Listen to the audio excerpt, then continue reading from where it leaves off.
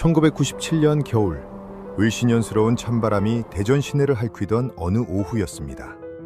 중부경찰서 강력팀 사무실 한켠, 쌓인 서류 더미 위로 형광등이 깜박이던 그 순간 당직 형사의 전화기가 울렸습니다. 수화기 너머로 흘러나온 건 끊길 듯 말 듯한 여자의 목소리였지요. 12년 동안 혼자 알고 있었어요. 이제는 말해야 할 것 같아서요. 더 이상의 말은 없었습니다. 전화는 그것으로 끊겼습니다. 3일 뒤 30대 중반으로 보이는 여성 한 명이 스스로 경찰서 문을 밀고 들어왔습니다. 강력팀 박민준 경위 앞에 조용히 앉은 그녀는 두 손을 무릎 위에 얹은 채 눈을 내리깔고 나지막이 입을 열었지요. 그 사람 안에 그날 밤 마지막으로 본 사람이 접니다. 12년 전인 1985년 봄, 대전 유성구 일대에서 이름이 자자하던 치과원장 한 명의 아내가 어느 날 밤을 기점으로 홀연히 자취를 감췄습니다. 남편은 아내가 스스로 집을 나간 것이라 했고 경찰은 별다른 의심 없이 수사를 서둘러 마무리했습니다. 이웃도 친척도 그 누구도 더 이상 묻지 않았습니다. 대체 무엇이 그녀로 하여금 12년이 지난 지금 그 밤의 기억을 꺼내놓게 만든 걸까요? 대체 그날 밤 무슨 일이 있었던 걸까요? 오늘은 대전 치과원장 아내 실종 사건의 이야기를 들려드리겠습니다. 시작 전에 구독과 좋아요를 눌러주시면 감사하겠습니다. 어느 지역에서 시청 중이신지 댓글 남겨주시면 한 분 한 분 인사드리겠습니다. 이야기 시작합니다.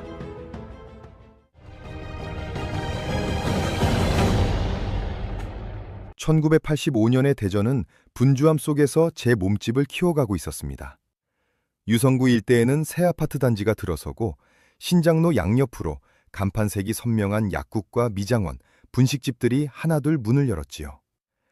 이른 아침이면 연탄재를 담은 양동이를 들고 나오는 아낙들의 모습이 골목을 채웠고 학교 가는 아이들의 책가방 소리가 골목돌 위를 구르던 그런 시절이었습니다.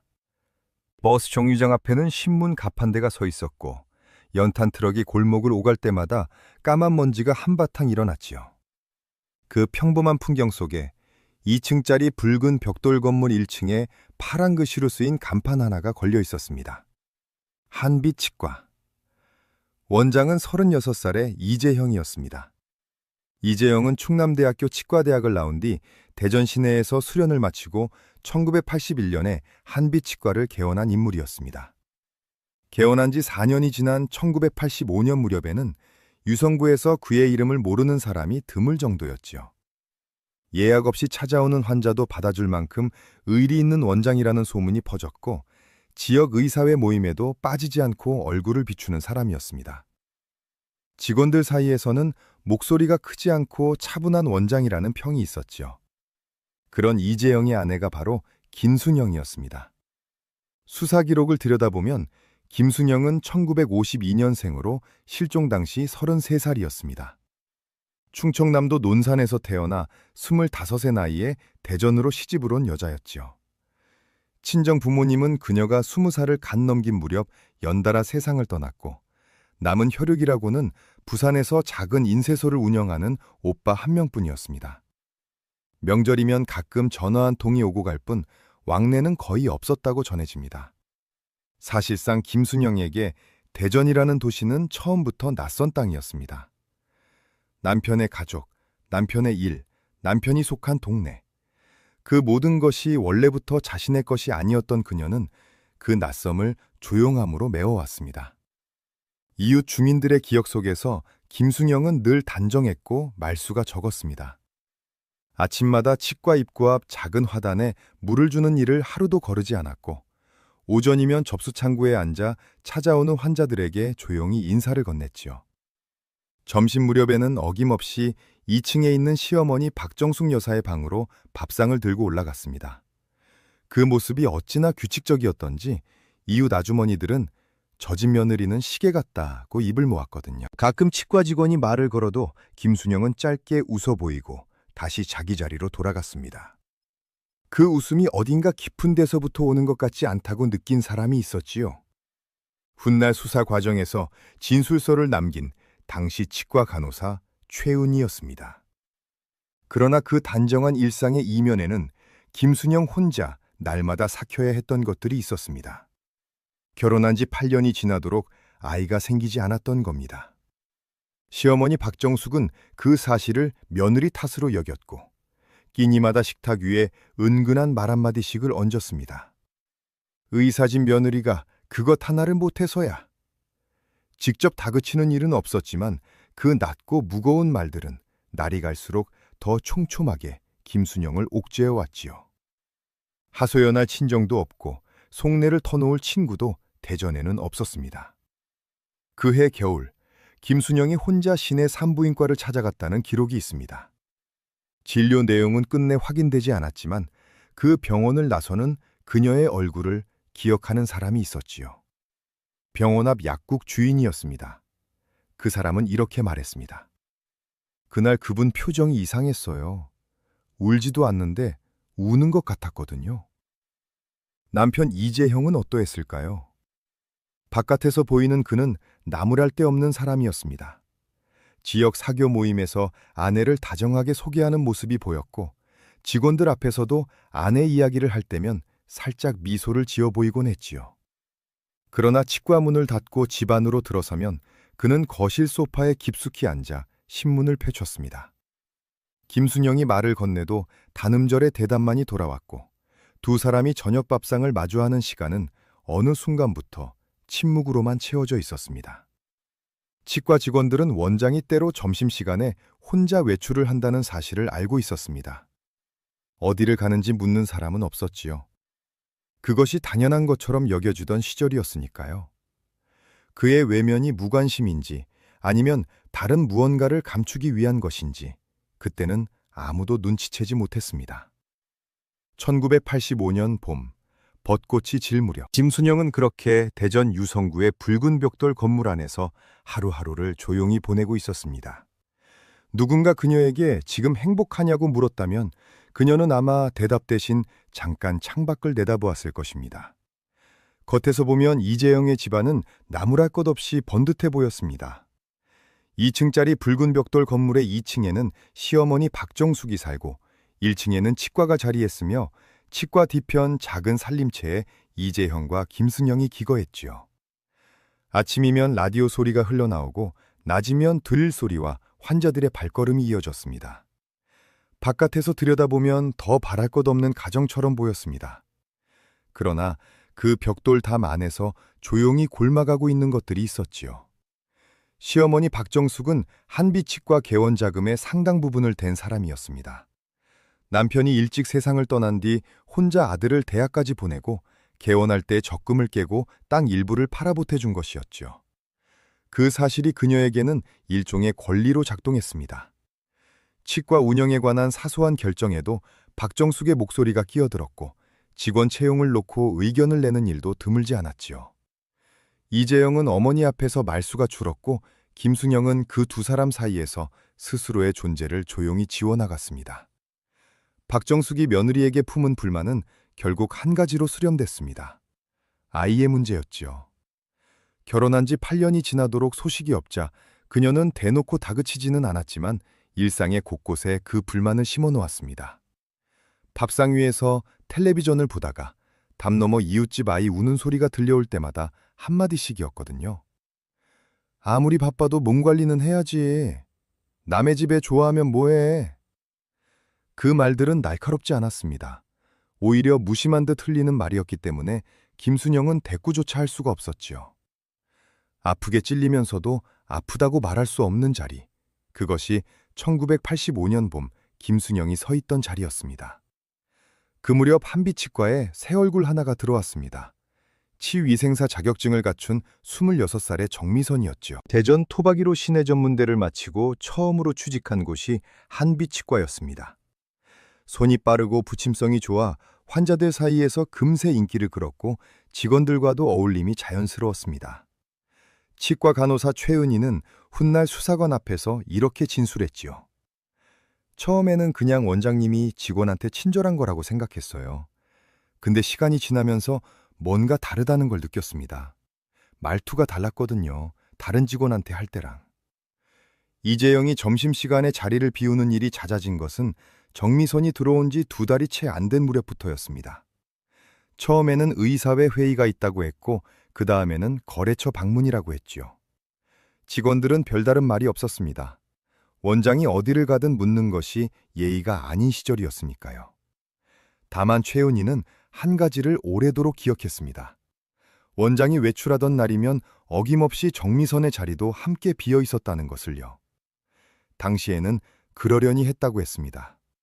훗날 자신이 무엇을 보고 있었는지를 깨달았을 때 최은희는 오래도록 잠을 이루지 못했다고 했지요.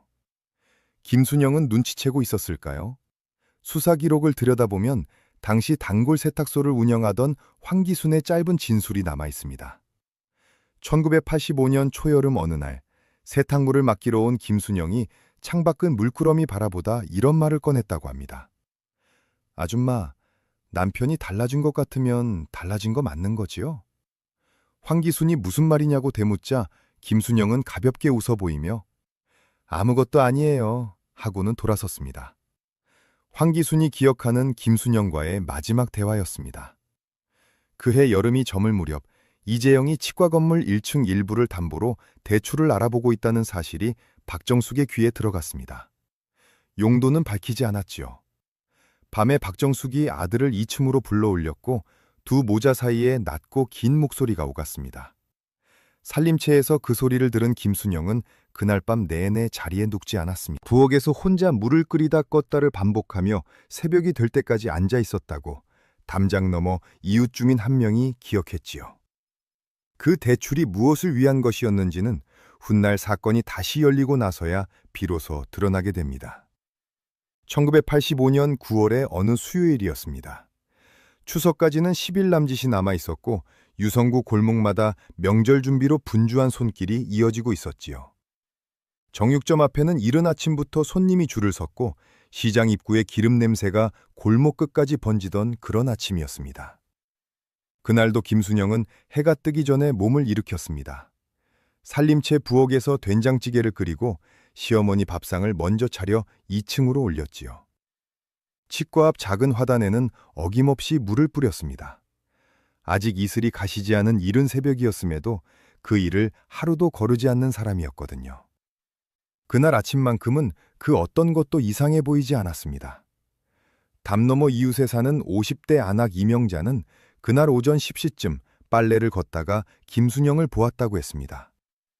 함지박에 빨래를 가득 담아 옥상 계단을 오르는 모습이었는데 평소보다 발걸음이 유난히 무거워 보였다고 진술했지요.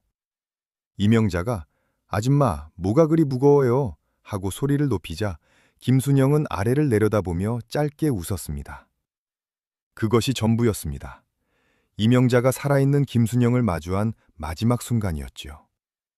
그 웃음이 어쩐지 오래도록 마음에 걸렸다고 이명자는 12년 뒤 수사관 앞에서 떨리는 목소리로 털어놓았습니다. 웃는데 웃는 것 같지 않았다고, 눈이 너무 조용했다고 했지요. 그날 오후 치과 접수 창구에는 김순영의 자리가 비어 있었습니다. 직원들 사이에서 별다른 말은 오가지 않았지요. 몸이 불편할 때면 이따금 자리를 비우는 날이 있었거든요. 하지만 당시 치과 간호사 최은희는 그날 오후의 한 장면을 수십 년이 지난 뒤에도 지우지 못했습니다. 오후 2시가 조금 넘은 무렵 환자와 환자 사이 빈 시간대에 원장실 문이 굳게 닫혀 있었고 그 너머에서 이재형과 정미선의 낮고 무거운 목소리가 새어나왔던 겁니다. 내용까지는 들리지 않았지만 대화가 끊기는 순간 정미선의 목소리가 또렷하게 귀에 들어왔지요. 그럼 오늘 밤에요? 최연희는 들은 척하지 않고 차트 정리를 계속했습니다. 훗날 그 말이 무엇을 뜻하는 것이었는지 깨달았을 때 최연희는 그날 자신이 왜 아무것도 하지 않았는지를 오래도록 자책했다고 했지요. 치과 문을 닫은 것은 저녁 7시였습니다. 이재영은 직원들을 먼저 돌려보내고 혼자 마감 정리를 했고 정미선 역시 그날은 유독 늦게까지 자리를 지키다가 퇴근했지요. 두 사람이 건물 문을 나선 시각이 거의 같았다는 것을 최연희는 뒤돌아보다가 우연히 눈으로 확인했습니다. 그때는 그러려니 하고 말았다고 했죠. 살림채에서는 그날 저녁 이상하리만치 조용한 시간이 이어졌습니다. 이재영이 돌아온 것은 밤 9시가 넘어서였습니다. 담 너머 이명자는 텔레비전을 보다가 살림채 쪽에서 낮지만 나리선 목소리가 오가는 것을 들었다고 했죠. 말다툼인지 아닌지 분간하기 어려운 그런 소리였다고 했습니다. 잠시 귀를 기울이다 이내 텔레비전으로 눈을 돌렸죠. 이웃집 일에 끼어드는 것이 자연스럽지 않던 시절이었으니까요. 밤 10시를 조금 넘긴 무렵 살림채 부엌 쪽에서 무언가 단단한 것이 바닥에 부딪히는 둔탁한 소리가 한번 들렸습니다. 이명자가 고개를 들었지만 그 뒤로는 아무 소리도 이어지지 않았죠. 살림채의 불빛이 하나씩 꺼지기 시작했고 동네는 이내 깊은 잠속으로 가라앉았습니다. 그런데 이명자는 그날 새벽 잠결에 낮고 규칙적인 소리를 들었다고 했습니다. 처음에는 꿈인 줄 알았는데 눈을 뜨고 난 뒤에도 그 소리가 귀에 남아 사라지지 않았거든요. 차의 시동 소리였습니다. 한비치과 골목 어딘가에서 차 한 대가 서서히 멀어지는 소리가 들렸다고 했죠. 몇 시쯤이었냐는 수사관의 물음에 이명자는 짧게 대답했습니다. 새벽 2시나 3시쯤이었을 거예요. 아직 사방이 캄캄했으니까요. 다음 날 아침 화단에는 물이 뿌려지지 않았습니다. 접수 창구에는 아무도 앉아있지 않았지요. 직원 하나가 원장님, 아주머니 어디 가셨어요? 하고 묻자 이재영은 진료 가운을 여미며 무심한 말투로 대답했습니다. 좀 쉬셔야 할 것 같아서. 그것이 이재영이 아내의 행방에 대해 처음으로 꺼낸 말이었습니다. 그리고 사실상 거의 마지막이기도 했죠. 김순영이 사라진 지 3일이 지나도록 신고는 없었습니다. 이재영은 치과 문을 예정대로 열었고 진료는 평소와 다름없이 이어졌지요. 직원들 사이에서 수군거림이 없었던 것은 아니었습니다. 아주머니, 왜 안 나오세요? 하고 묻는 직원에게 이재영은 고향 쪽에 잠깐 내려가셨다. 몸이 좀 안 좋으신 것 같다. 며칠 지나면 돌아오실 거다. 라고 짧게 답했습니다. 목소리에 걱정이 담겨 있었는지 어떤지를 최은희는 오래도록 생각했다고 했죠. 그저 담담했다고 했습니다. 지나치리만큼 담담했다고요. 신고가 들어온 것은 실종으로부터 5일가 지난 뒤였습니다. 신고를 한 사람은 이재영이 아니라 부산에 사는 김순영의 오빠 김성태였지요. 추석이 코앞인데 동생에게서 아무런 연락이 없자 이상하다 싶어 대전으로 전화를 했고 이재영이 그쪽으로 간 줄 알았다고 하자 그 길로 경찰에 전화를 한 것이었습니다. 중부경찰서에 접수된 실종 신고는 담당 순경 한 명에게 배당됐습니다. 당시 배당을 받은 것은 경력 2년차 순경이었고 실종 사건을 단독으로 맡는 것은 사실상 처음이었죠. 수사 기록을 들여다보면 초기 조사 과정이 얼마나 허술했는지가 고스란히 드러납니다. 실종 신고 접수 이후 경찰이 이재영을 처음 만난 것은 신고로부터 이틀이 더 지난 뒤였습니다. 면담은 한비치과 원장실에서 이루어졌고 시간은 총 30분이 채 되지 않았습니다. 조사관이 남긴 기록은 A사 용지 한 장 분량이었죠. 이재영은 차분하게 진술했습니다. 부부 사이에 별다른 문제는 없었으며 아내가 자신에게 고향 쪽을 다녀오겠다는 말을 했다고 했지요. 살림채 어딘가에 짧은 메모를 남겼을 것이라고도 했습니다. 경찰은 메모를 확인했냐고 물었고 이재영은 찾아봤지만 보이지 않았다고 대답했습니다. 경찰은 살림채를 직접 들여다보지 않았습니다. 이재영이 안내하겠다는 말을 꺼내지 않았고 담당 순경도 요청하지 않았지요. 훗날 재수사를 맡게 되는 강력팀 박민준 경위는 당시 조사 기록을 처음 펼쳤을 때의 기분을 이렇게 표현했습니다. 수사가 아니었어요. 그냥 묻고 적은 겁니다. 현장이라는 게 없었어요. 이재영의 진술을 바탕으로 경찰은 논산 방면과 부산 방면 지인들에게 간략한 전화 확인을 했습니다. 김순영의 친인척 중 그녀를 본 사람은 아무도 없었지요. 그러나 경찰은 추가 조사에 나서는 대신 수사 기록에 이렇게 적었습니다. 가출 의심, 부부 갈등 가능성 있음, 자발적 가출로 추정, 추가 수사 필요성 낮음. 기록은 그것으로 서랍 속에 들어갔습니다. 1985년 가을, 김순영이라는 이름은 그렇게 서류 한 장으로 정리됐습니다. 그 무렵 이재영은 살림채를 조용히 정리하고 있었습니다. 경찰이 돌아간 다음 날부터 그 작업이 시작됐지요. 살림채 한편에 놓여있던 김순영의 옷가지와 소지품들이 하나씩 사라졌습니다. 담 너머 이명자는 어느 날 이른 아침 이재영이 검은 비닐봉지 여러 개를 트럭 짐칸에 싣는 것을 보았다고 했습니다. 트럭은 골목을 빠져나 가시내 쪽으로 향했고 1시간도 채 되지 않아 빈 짐칸으로 돌아왔지요. 이명자는 명절 전 대청소를 하는가 보다 생각했다고 했습니다. 그 봉지들이 어디로 향했는지 훗날 재수사에서 끝내 확인되지 않은 부분이었습니다. 그로부터 10일 뒤 이재영의 차가 세차장에 들어갔습니다.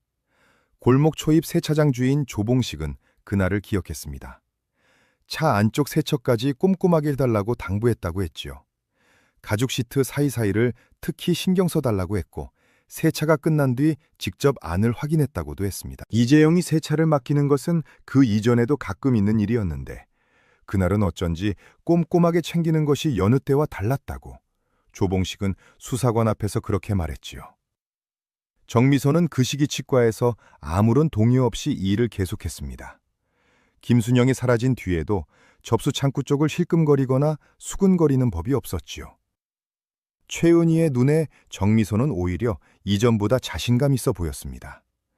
환자를 대하는 목소리가 더 또렷해졌고 원장과 눈을 마주치는 시간이 길어졌습니다. 그것이 무엇을 뜻하는지를 최은희는 그때까지도 스스로 인정하려 하지 않았지요. 김성태는 그의 추석 이후에도 몇 차례 경찰에 전화를 했습니다. 동생을 더 찾아달라고, 이대로 끝낼 수는 없다고 했지요. 경찰은 매번 같은 대답을 돌려주었습니다. 자발적 가출로 보이며 당사자가 스스로 나타나지 않는 한 추가 수사에 근거가 없다고요. 김성태는 이재영에게도 전화를 했습니다. 이재영은 처음 몇 번은 전화를 받았습니다. 목소리는 언제나 낮고 침착했지요. 나타나면 연락하겠다고 기다려보자고 했습니다. 그러다 어느 순간부터 전화를 받지 않았습니다.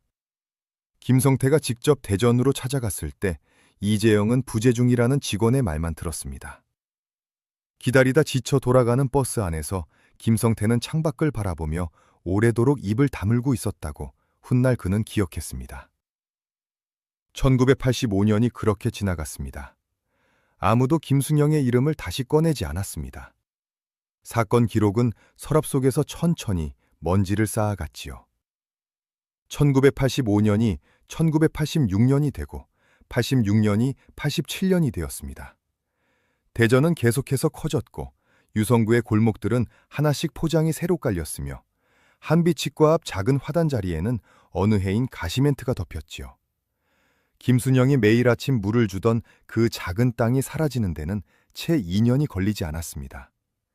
기억이란 것도 그렇게 조용히 덮이는 것인지도 모르겠습니다. 이재영의 삶은 놀라울 만큼 빠르게 앞으로 나아갔습니다. 김순영이 사라진 지 3년이 채 되지 않은 1988년 봄, 이재형은 정미선과 혼인신고를 마쳤습니다. 식은 조촐하게 치렀지요. 하객이 많진 않았지만 치과 단골 환자들 사이에서는 원장이 재혼했다는 소문이 금세 퍼졌습니다. 아내가 오래전에 집을 나갔다더라. 혼자 사는 것이 안쓰러웠는데 잘 됐다더라. 라는 말들이 오갔지요. 아무도 김순영의 이름을 먼저 꺼내지 않았습니다. 정미선이 한빛치과의 새 안주인이 된 뒤 치과는 한층 더 안정된 분위기를 갖추게 됐습니다. 정미선은 경영 감각이 있었습니다. 예약 시스템을 정비했고 환자 관리 카드를 새로 손봤으며 주변 아파트 단지에 전단을 돌렸지요. 이듬해에는 치과 옆 공간을 임차해 대기실을 넓혔고 직원도 2명이 더 늘었습니다. 이재형은 진료에만 집중했고 정미선이 그 바깥을 단단히 틀어쥐었지요. 두 사람은 겉으로 보면 잘 맞는 한 쌍이었습니다. 지역 의사회 모임에도 부부 동반으로 얼굴을 비추기 시작했고 이재형의 명함에는 어느새 원장이라는 글자 아래 분원 개설 예정이라는 문구가 따라붙었습니다. 1990년대 초반, 이재형은 대전 둔산 신도시 개발 소식을 일찌감치 듣고 그쪽에 두 번째 치과를 열었습니다. 한빛치과 둔산점이었지요. 이 결정은 적중했습니다. 이주에 오는 가구가 급격히 늘어나면서 새 치과는 개원 첫 해부터 예약이 밀릴 만큼 바빠졌지요. 이재형은 두 곳을 오가며 진료를 했고 정미선은 유성 본점을 실질적으로 운영했습니다. 지역 신문에 이재형의 이름이 실린 것도 그 무렵이었습니다. 지역 의료 발전에 기여한 개원의 사례를 다루는 기사였지요. 사진 속 이재형은 흰 가운을 입고 환하게 웃고 있었습니다. 시어머니 박정숙은 그 모든 것을 2층 창문 너머로 바라봤습니다. 아들이 번창해 가는 것을 기뻐해야 마땅한 일이었지만 박정숙은 1990년대 들어 부쩍 말수가 줄었지요. 정미선과의 관계는 겉으로는 평온해 보였지만 박정숙의 입에서 새 며느리의 이름이 자연스럽게 오르내리는 일은 드물었습니다. 이웃 주민 이명자는 어느 날 골목에서 박정숙을 우연히 마주쳤는데 노인이 아무런 맥락 없이 이런 말을 했다고 기억했습니다. 순영이가 어디서 잘 지내고 있으면 좋겠어. 그 애가 너무 착했거든. 이명자는 그 말에 아무런 대꾸를 하지 못했다고 했죠. 가슴 한편이 서늘해지는 느낌이었다고 했습니다. 한편 부산에서 인쇄소를 운영하던 김성태는 세월이 지나도록 동생을 잊지 못했습니다. 1985년 이후 몇 해 동안은 대전 경찰서에 계속 문의를 했지요. 돌아오는 대답은 언제나 같았습니다. 변동사항이 없습니다. 자발적 가출로 종결된 사안입니다.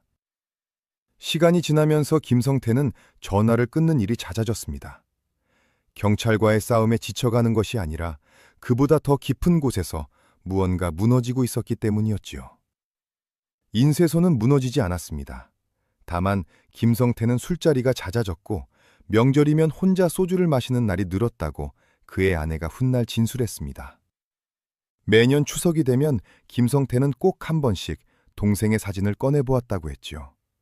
논산에서 찍은 오래된 흑백 사진이었는데 순영이가 웃고 있는 사진이었다고, 그것이 유일하게 남은 것이었다고 목이 메어 말했습니다.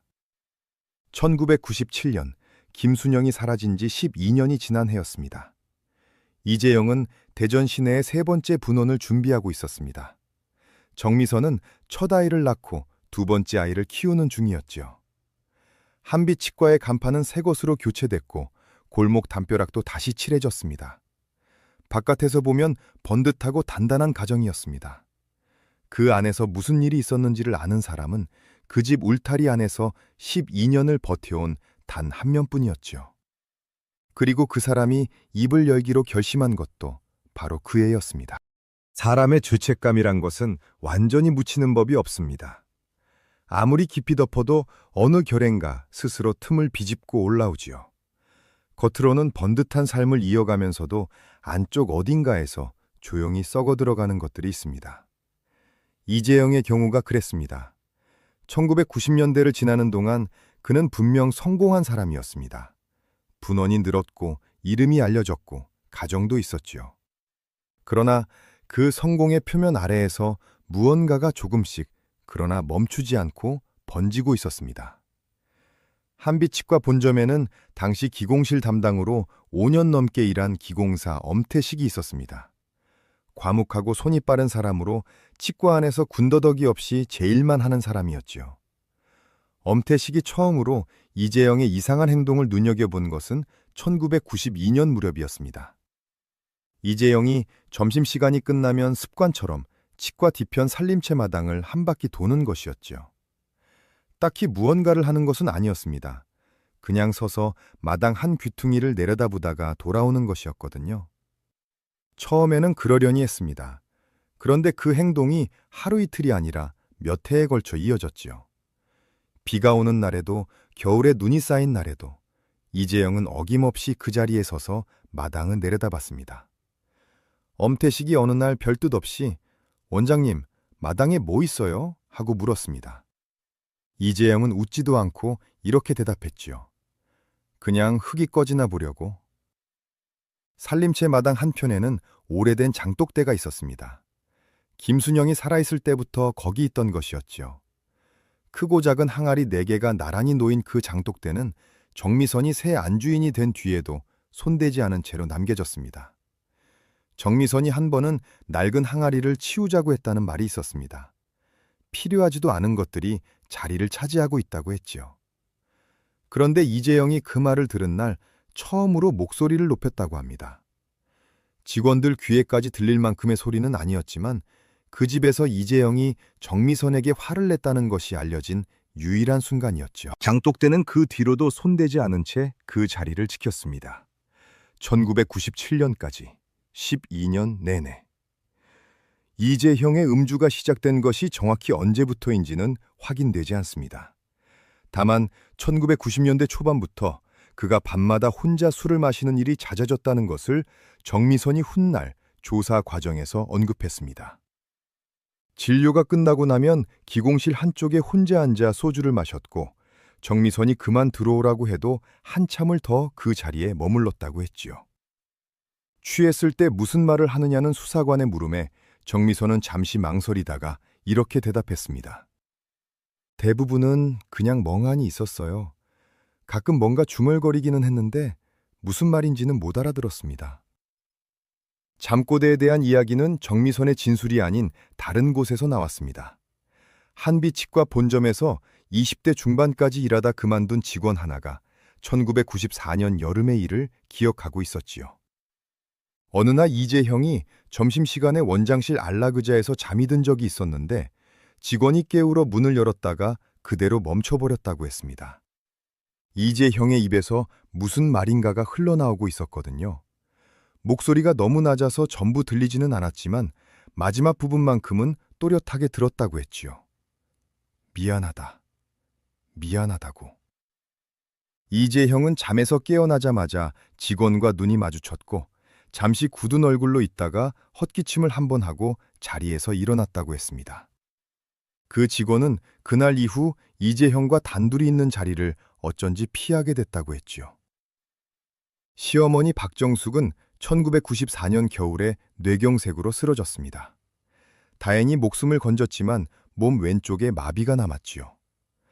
요양원 입소를 권유하는 정미선에게 이재형은 단호하게 거절했습니다. 집에서 모시겠다고 했지요.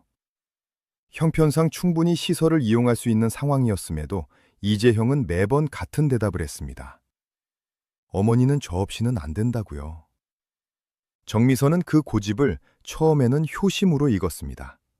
그런데 시간이 지날수록 그것이 효심만은 아닐 수 있다는 생각이 들었다고 훗날 조사 과정에서 털어놓았지요. 박정숙이 2층에 있는 한, 이재형은 매일 그 2층을 드나들어야 했습니다.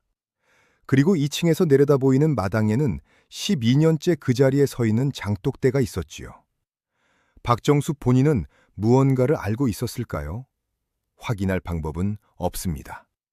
다만 임영자가 기억하는 장면이 하나 있었습니다. 뇌경색으로 쓰러지기 얼마 전 박정숙이 2층 창문에 기대어 마당을 내려다보고 있었다고 했지요. 해가 저물어가는 무렵이었는데 한참을 그렇게 서 있다가 이런 말을 혼자 중얼거렸다고 했습니다. 임영자가 인사를 건네려다 그 말을 듣고 그냥 발걸음을 돌렸다고 했지요. 박정숙이 한 말은 이것이었습니다. 거기 있는 거 다 안다. 다 알아. 임영자는 그게 무슨 뜻인지를 12년 뒤에야 비로소 이해했다고 했습니다. 1997년 봄, 대전 유성구 일대에 재개발 바람이 불기 시작했습니다. 낡은 단독주택들이 하나씩 헐리고 그 자리에 다세대 주택과 상가 건물이 들어서는 작업이 골목 안쪽까지 밀려들었지요. 한비치과 건물 역시 예외가 아니었습니다. 이재형은 이미 수년 전부터 건물 노후화를 이유로 리모델링을 검토하고 있었고 재개발지구 편입이 확정되면서 건물 전체를 허물고 신축하기로 결정이 났습니다. 이재형은 공사 기간 동안 둔순산점으로 진료를 옮기기로 했고 살림채는 이미 몇 해 전 따로 마련한 아파트로 생활거처를 옮긴 뒤였기 때문에 비어있는 상태였지요. 철거 공사 날짜는 1997년 4월 초로 잡혔습니다. 철거 작업은 이틀째 되는 날 오전에 멈췄습니다. 포클레인 기사 한 명이 살림채 마당 쪽 기초 작업을 하다가 삼날에 걸리는 것이 있어 기계를 세웠지요. 처음에는 오래된 돌이나 폐자 재련이 했습니다. 그런데 흙을 걷어내자 드러난 것은 그런 것이 아니었습니다. 장독대 바로 아래 지면에서 70cm가량 파고 들어간 지점에서 사람의 뼈가 나왔습니다. 형태를 보존하고 있는 두개골과 흉곽, 그리고 팔뼈와 다리뼈 일부였지요. 포클레인 기사는 그 자리에 한동안 서 있다가 뒷걸음질을 쳤고 현장 감독이 즉시 경찰에 신고를 했습니다. 중부경찰서 강력팀의 신고가 접수된 것은 1997년 4월 8일 오전 11시였습니다. 출동한 강력팀 소속 형사 중에 박민준 경위가 있었지요. 당시 39살이던 박민준은 대전 지역 강력 사건을 15년 가까이 다뤄온 사람이었습니다. 묵묵하고 말수가 적었지만 현장에서 보이지 않는 것을 읽어내는 눈이 있다는 평이 팀 안에서 자자했지요. 박민준은 현장에 도착하자마자 유골의 위치를 오래도록 들여다봤습니다. 장독대 바로 밑이었습니다. 지면과의 깊이, 흙의 다짐 상태, 주변 토양의 색깔 차이를 손으로 직접 짚어가며 확인했지요. 오래되지 않은 매장은 아니었습니다. 최소 10년 이상이 지난 것으로 보였지요. 국립과학수사연구원 감정 결과는 3일 뒤에 나왔습니다. 유골은 30대 전후로 추정되는 성인 여성의 것이었습니다. 사망 시점은 10년에서 15년 전후로 추정됐지요. 그리고 가장 결정적인 소견이 뒤따랐습니다. 후두부의 강한 외력에 의한 함몰 골절 흔적이 확인됐고 제3경추에도 생전 손상으로 보이는 골절이 있었다는 것이었지요. 감정인은 이렇게 기록했습니다. 자연사 또는 사고사의 가능성은 낮으며 제3자에 의한 외력이 작용한 타살 가능성이 높음. 박민준은 그 감정서를 받아들고 5분 동안 자리에서 일어나지 않았다고 당시 팀원 중 한 명이 기억했습니다. 박민준이 다음으로 꺼낸 것은 1985년 실종사건 기록이었습니다. 서류 보관실 서랍 안에서 12년 동안 잠들어 있던 그 얇은 서류를 꺼내 책상 위에 펼쳤지요. A사 용지 한 장짜리 조사 기록이었습니다. 박민준은 그 기록을 읽으면서 입술을 굳게 다물었습니다. 현장 방문 기록이 없었습니다. 살림채 내부를 확인했다는 기록이 없었고 주변 탐문 수사 내용도 없었지요. 이재영의 진술을 받아 적은 것 외에는 아무것도 없었습니다. 당시 담당 순경이 이재영의 말을 그대로 받아 기출로 종결한 수사였지요. 박민준은 유골에서 채취한 DNA를 부산에 있는 김성태에게 연락해 대조 의뢰를 요청했습니다. 전화를 받은 김성태의 목소리가 수화기 너머에서 한참 동안 끊기지 않았습니다. 그는 울지 않았습니다. 다만 매우 오랜 침묵이 있었고 이윽고 낮고 떨리는 목소리로 이렇게 말했습니다. 12년 동안 기다렸습니다. DNA 대조 결과는 2주 뒤에 나왔습니다. 살림채 마당 장독대 아래에서 발견된 여성의 유골은 1952년생 김순영의 것과 일치했습니다. 박민준은 결과지를 책상 서랍에 조용히 넣고 자리에서 일어났습니다. 복도 끝 창문 너머로 대전 시내가 내려다 보였지요. 늦은 오후의 햇빛이 창문에 길게 깔려 있었습니다. 박민준은 그 빛을 한동안 바라보다가 코트를 집어들었습니다. 갈 곳이 정해져 있었습니다. 박민준 경위가 처음으로 향한 곳은 정미선이 아니었습니다. 수사란 것은 중심을 향해 직선으로 달려가는 것이 아니라 주변을 천천히 좁혀 들어가는 작업이거든요. 박민준은 먼저 한빛 치과 주변 인물들을 하나씩 찾아 나섰습니다. 이미 치과를 그만둔 직원들, 골목에서 10년 넘게 장사를 한 상인들, 담 넘어 이웃들이었지요. 그들 중 대부분은 오래된 기억을 꺼내는 것을 불편해했습니다. 세월이 많이 지난 일이라고 했고 잘 기억이 나지 않는다고도 했습니다. 그러나 박민준은 서두르지 않았습니다. 한 사람 한 사람 앞에 앉아 천천히 그 시절 이야기를 꺼냈지요. 아주머니, 그때 어떻게 지내셨어요? 그 골목 분위기가 어떠했어요? 직접적인 질문이 아니라 그 시절로 함께 걸어 들어가는 방식이었습니다. 세탁소를 운영하던 황기순이 입을 연 것은 박민준이 두 번째로 찾아간 날이었습니다. 첫 번째 방문 때는 별것 아니라는 듯 손사래를 쳤지만 박민준이 다시 찾아와 조용히 앉아 차를 한 잔 받아 마시자 황기순은 오래된 무언가를 꺼내듯 천천히 말을 시작했지요. 1985년 봄 어느 날 세탁물을 맡기러 온 김순영이 창밖을 바라보며 남편이 달라진 것 같다는 말을 했다는 것이었습니다. 그 말이 그냥 흘려들을 수 없는 것이었는데 어떻게 대꾸해야 할지 몰라 그냥 넘겼다고 했지요. 그 뒤로 김순영이 다시 세탁소를 찾아오지 않았을 때도 황기수는 오래도록 그 마지막 대화를 마음 한구석에 품고 있었다고 했습니다. 지금까지도 그 얼굴이 잊히지 않는다고. 황기수는 수사관 앞에서 눈시울을 붉혔지요. 이명자의 진술은 더 구체적이었습니다. 그날 밤 들린 둔탁한 소리, 새벽 2시가 넘어 들려온 차 시동 소리, 그리고 이튿날 아침 화단에 물이 뿌려지지 않았던 것까지 하나하나 또렷하게 기억했지요. 박민준이 그 진술을 받아 적으면서 3번을 되물었습니다. 그 소리가 정확히 살림채 방향에서 들렸냐고, 차 시동 소리가 얼마나 이어졌냐고, 다음날 이재영의 행동이 평소와 달랐냐고요. 이명자는 매번 고개를 끄덕이며 대답했습니다. 마지막 질문에는 이렇게 덧붙였지요. 그날 아침에 원장이 마당에 서 있는 걸 봤어요. 삽 같은 게 옆에 있었는데 그냥 텃밭 손질하는 줄 알았습니다. 그땐 그게 이상하다고 생각을 못했어요. 기공사 엄태식은 박민준과 마주하는 것을 처음에 거부했습니다. 이재영이 자신에게 밥을 먹여준 사람이라는 말을 했지요.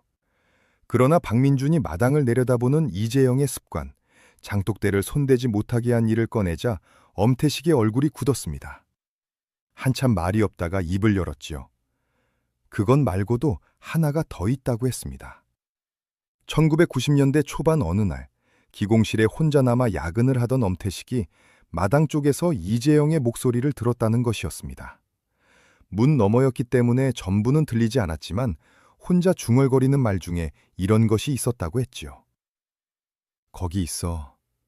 거기 있어야 해. 누군가에게 하는 말처럼도 들렸고 자기 자신에게 다짐하는 말처럼도 들렸다고 했습니다. 엄태식은 그 말의 의미를 이제야 알 것 같다고 낮은 목소리로 말하고 고개를 숙였지요. 결정적인 진술은 예상치 못한 곳에서 왔습니다. 1985년 당시 한빛치과에서 일하다 2년 만에 그만둔 간호사 최은희였지요. 박민준이 수소문 끝에 찾아냈을 때 최은희는 이미 결혼해서 충북 청주에서 살고 있었습니다. 2 아이의 엄마였고 치과 일은 그만둔 지 꼭 10년이 됐지요. 박민준이 방문 목적을 밝히자 최은희는 문을 열어주면서 이런 말을 먼저 했습니다. 언젠가는 누가 올 것 같았어요. 진작 찾아오셨어야 했는데. 최은희의 진술은 2시간에 걸쳐 이어졌습니다. 정미선이 들어온 직후부터 이재영과 정미선의 관계를 눈치챈 것, 그날 오후 원장실 너머에서 들린 오늘 밤에요 라는 정미선의 목소리, 퇴근 시간에 2 사람이 거의 동시에 건물을 나선 것까지 하나도 빠뜨리지 않았지요. 그러나 최은희의 진술 중 박민준이 가장 오래 펜을 멈춘 대목은 따로 있었습니다. 사건이 있고 나서 3일쯤 뒤의 일이었다고 했죠. 그날 최은희는 치과 문을 열기 전 잠깐 이른 시간에 혼자 기구 소독을 하러 들어왔다고 했습니다. 아직 이재영이 출근하기 전이었지요. 그런데 기공실 안에 불이 켜져 있었습니다. 이상하다 싶어 살짝 들여다봤더니 정미선이 혼자 기공실 한켠에 서서 작업대 위를 물걸레로 닦고 있었다고 했지요. 최은희가 정미선 씨, 왜 이리 일찍 왔어요? 하고 말을 걸자 정미선은 깜짝 놀란 표정으로 돌아봤다고 했습니다. 그러고는 아무렇지 않은 척 웃으며 이렇게 말했다고 했지요. 원장님이 좀 치워달라고 해서요. 깨끗하게 해두래요. 최은희는 그 말의 의미를 그때는 몰랐다고 했습니다. 다만 작업대 위에서 물기가 번지는 것을 보면서 어쩐지 묘한 느낌이 들었다고 했지요. 무언가 지우는 것 같은 느낌이요. 그게 무엇인지는 그때는 몰랐습니다.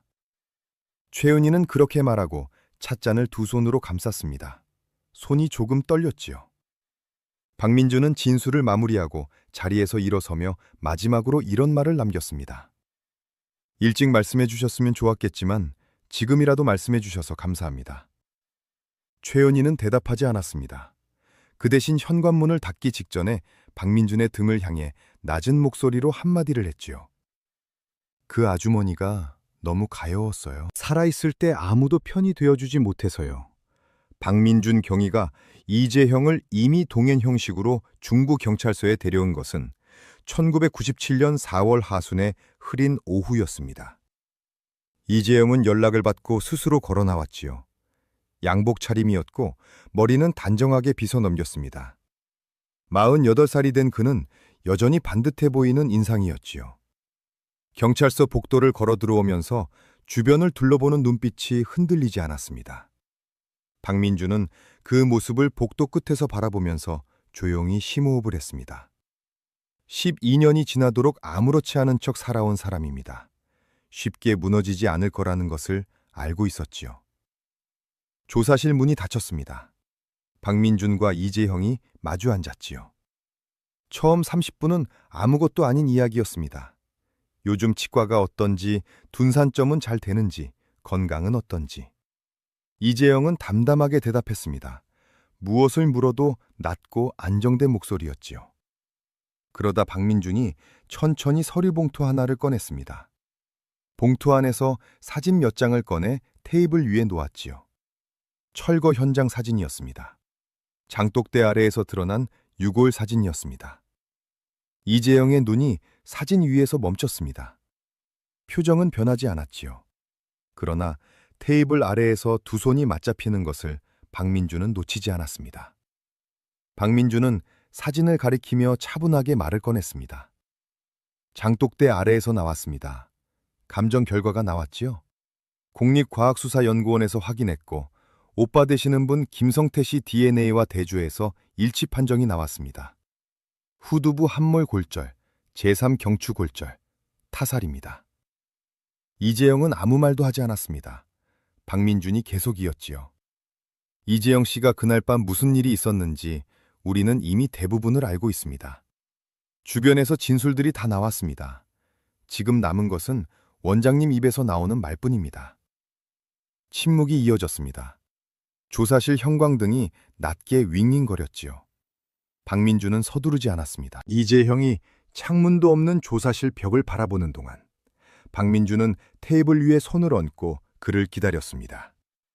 2분이 지나고 5분이 지났습니다. 그때 이재형의 입술이 움직였습니다. 소리는 처음에 나오지 않았지요. 그러다 목에서 무언가 걸린 것이 풀리듯 낮고 갈라진 목소리가 흘러나왔습니다. 그날 밤 싸움이 있었습니다. 박민준은 움직이지 않았습니다. 이재형은 계속 벽을 바라보면서 말을 이었지요. 오래 참아왔던 말들이 천천히 쏟아지기 시작했습니다. 그날 저녁 이재형이 치과 문을 닫고 살림채로 들어갔을 때 김순영이 기다리고 있었다고 했습니다. 정미선과의 관계를 알고 있었던 것이었지요. 세탁소에서 황기순 아주머니에게 건넨 그 말이 있은 뒤로 김순영은 2달이 넘도록 혼자 확인하고 확인하다가 그날 밤 입을 연 것이었습니다. 목소리가 떨렸다고 했지요. 이재형이 기억하는 김순영의 마지막 모습은 부엌 입구에 서서 두 손을 모으고 있는 모습이었다고 했습니다. 작은 목소리로 말했다고 했지요. 저는 어떻게 하면 되는 건가요? 그 말이 이재형의 어디를 건드렸는지 그는 자신도 모르겠다고 했습니다. 다만 그 말을 듣는 순간 무언가 갑자기 터진 것 같았다고 했지요. 재산 문제가 있었습니다. 한비치과 건물의 법적 소유 지분 절반이 김순영 명의로 되어 있었거든요. 혼인신고 당시 박정숙이 며느리를 믿는다며 공동 명의를 해준 것이었는데 이재형이 정미선과 재혼을 위해 이혼을 준비하면서 그 지분이 가장 큰 걸림돌이 되어 있었습니다.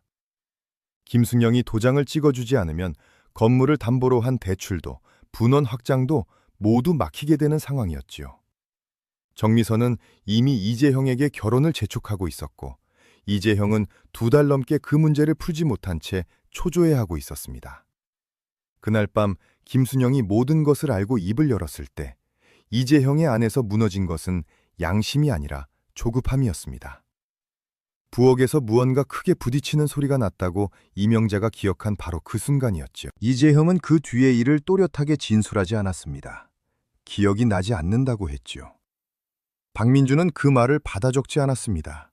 유골에 남은 상흔이 이미 모든 것을 말해주고 있었으니까요. 이재형은 정미선에게 전화를 했다고 했습니다. 자세한 내용은 말하지 않고 와서 도와달라고 했죠. 정미선이 살림채에 도착한 것이 밤 12시가 가까운 무렵이었습니다. 정미선은 현관문을 열고 들어서다 부엌 바닥을 보았습니다. 그리고 이재영을 바라봤지요. 무슨 말이 오갔냐는 박민준의 물음에 이재영은 잠시 눈을 감았다가 떴습니다. 정미선이 이렇게 말했다고 했지요. 입 다물고 치워. 그 한마디였습니다. 두 사람은 그날 새벽 2시가 넘도록 살림채 마당을 팠습니다. 장독대를 옮기고 흙을 파고 다시 덮고 장독대를 그 위에 돌려놓았지요. 이재영이 혼자서 삽을 든 것이었고 정미선은 마당 한편에서 손전등을 잡고 있었다고 했습니다. 새벽 3시가 넘어 두 사람은 살림채 불을 껐습니다. 이명자가 잠결에 들은 차 시동 소리는 정미선이 타고 온 차가 골목을 빠져나가는 소리였지요. 조사실에서 이재영은 한참 동안 말이 없었습니다. 박민준도 말을 하지 않았죠. 형광등이 여전히 낮게 울고 있었습니다. 이재영이 마지막으로 입을 열었을 때 목소리는 더 이상 안정되어 있지 않았습니다. 갈라지고 잠긴 목소리로 그는 이렇게 말했죠. 그때는 막막했습니다. 그것 외에 방법이 없다고 생각했어요. 박민준은 서류를 정리하며 조용히 일어섰습니다. 이재영을 내려다보며 한마디를 남겼죠. 12년 동안 장독대 아래에서 혼자 계셨습니다. 그분이. 조사실 문이 열렸습니다. 1997년 5월 대전지방법원 제2형사부 법정에 이재형과 정미선이 각각 피고인석에 앉았습니다.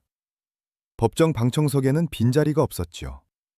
유성구 골목에서 12년 동안 그 집을 드나들며 살아온 사람들, 치과 직원이었던 이들, 그리고 기자들이 빼곡하게 자리를 채웠습니다. 그 방청석 한쪽 구석에 김성태가 앉아 있었지요. 부산에서 혼자 올라온 것이었습니다. 무릎 위에 두 손을 얹고 정면을 바라보는 그의 얼굴에는 어떤 감정도 뚜렷하게 읽히지 않았습니다. 다만 눈이 유난히 붉었지요. 검찰은 이재영에게 살인 및 사체 유기 혐의를, 정미선에게는 사체 유기 방조 및 증거인멸 혐의를 각각 적용했습니다. 재판은 석 달에 걸쳐 진행됐지요. 이재영 측 변호인은 우발적 범행이었음을 주장했습니다.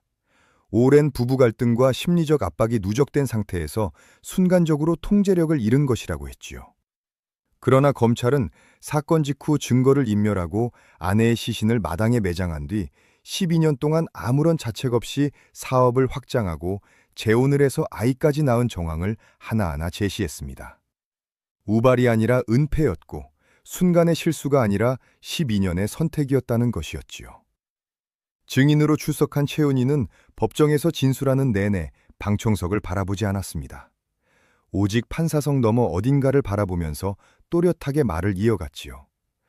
그날 원장실 너머에서 들린 정미선의 목소리, 사건 3일 뒤 이른 아침 기공실에서 혼자 작업대를 닦고 있던 정미선의 모습, 그 모든 것을 하나도 흔들리지 않고 진술했습니다. 증언이 끝나고 증인석에서 내려오는 최은희의 눈에서 눈물이 흘렀습니다. 법정 안이 잠시 조용해졌지요. 이명자도 증언대에 섰습니다. 그날 밤 들린 둔탁한 소리, 새벽의 차 시동 소리, 다음 날 아침 화단에 물이 뿌려지지 않았던 일을 담담하게 말했습니다. 마지막으로 판사가 덧붙일 말이 있냐고 묻자 이명자는 잠시 생각하다가 이렇게 말했지요. 그 아주머니가 매일 아침 그 작은 화단에 물을 줬어요. 그게 그 사람 낙이었던 것 같거든요. 그게 자꾸 생각납니다. 선고는 1997년 8월 말에 내려졌습니다. 재판장이 주문을 읽어 내려가는 동안 법정 안은 숨소리 하나 들리지 않았지요. 이재영에게 징역 20년이 선고됐습니다. 정미선에게는 징역 5년이 선고됐지요. 판결이 낭독되는 순간 이재영은 아무런 반응을 보이지 않았습니다. 고개를 숙이지도 울지도 않았지요. 다만 두 눈이 천천히 감겼다가 다시 열렸습니다. 정미선은 피고인석에서 몸이 앞으로 꺾이는 것을 옆에 선 국선 변호인이 부축했습니다. 방청석에서 김성태가 자리에서 일어났습니다. 법정을 나서는 그의 발걸음이 느렸지요. 복도 끝 창문 앞에 서서 한참 동안 바깥을 바라봤습니다. 박민준이 다가가 옆에 섰지요. 두 사람은 아무 말도 하지 않았습니다. 그냥 나란히 창밖을 바라봤습니다. 복도 아래로 대전 시내가 여름 햇빛을 받아 하얗게 빛나고 있었지요. 한참 뒤 김성태가 입을 열었습니다. 목소리가 잠겨 있었지요. 순영이가 혼자 얼마나 무서웠을까요? 박민준은 대답하지 않았습니다. 대신 가볍게 고개를 숙였지요. 김순영의 유골은 선고가 내려진 이틀 뒤 대전 외곽의 작은 공원 묘지에 안치됐습니다. 장례는 김성태 혼자 치렀습니다. 영정사진은 논산에서 찍은 흑백 사진을 확대한 것이었지요. 웃고 있는 30살 안팎의 여자가 사진 안에서 정면을 바라보고 있었습니다. 하얀 국화 몇 송이가 비석 앞에 놓였지요. 비석에는 이름과 생몰 연도만이 새겨져 있었습니다. 1952년생 김순영. 그것뿐이었지요. 박민주는 안치가 끝난 뒤 혼자 그 자리에 잠시 더 남아 있었습니다. 묘지를 감싸는 여름바람이 풀잎을 흔들었지요. 국화꽃잎 하나가 바람에 조용히 날렸습니다. 박민주는 그것을 손으로 받아 잠시 바라보다가 조용히 내려놓았지요. 수사 기록을 덮으며 이 사건을 돌아보면 한 가지 질문이 남습니다. 김순영은 처음부터 고립된 사람이었습니다. 친정도, 친구도, 속내를 털어놓을 자리도 없었지요. 그 고립이 그녀를 지켜주지 못했습니다. 그리고 그 고립을 누구도 먼저 살피지 않았지요. 경찰은 서류 한 장으로 사건을 닫았고 이웃은 담 너머 소리에 귀를 막았으며 세상은 그 자리에 시멘트를 덮고 새 건물을 올렸습니다. 12년 동안 장독대 아래에 있던 것은 유골만이 아니었습니다. 아무도 편히 되어주지 못했던 한 사람의 시간 전부가 거기에 있었지요. 그러나 땅은 모든 것을 기억하고 있었습니다. 포클레인 삼날이 장독대 아래 흙을 걷어내던 그 순간 12년의 침묵이 마침내 끝났지요. 진실이란 것은 아무리 깊이 묻어도 결국 스스로 올라오는 법입니다. 때로는 수십 년이 걸리기도 하지만 그것은 반드시 올라옵니다. 반드시. 김순영 씨의 명복을 빕니다. 그리고 지금 이 순간에도 어딘가에서 홀로 기억되기를 기다리는 이름들이 있습니다. 그 이름들을 우리가 잊지 않는 한 진실은 끝나지 않습니다. 미제 사건, 잊혀진 기록이었습니다.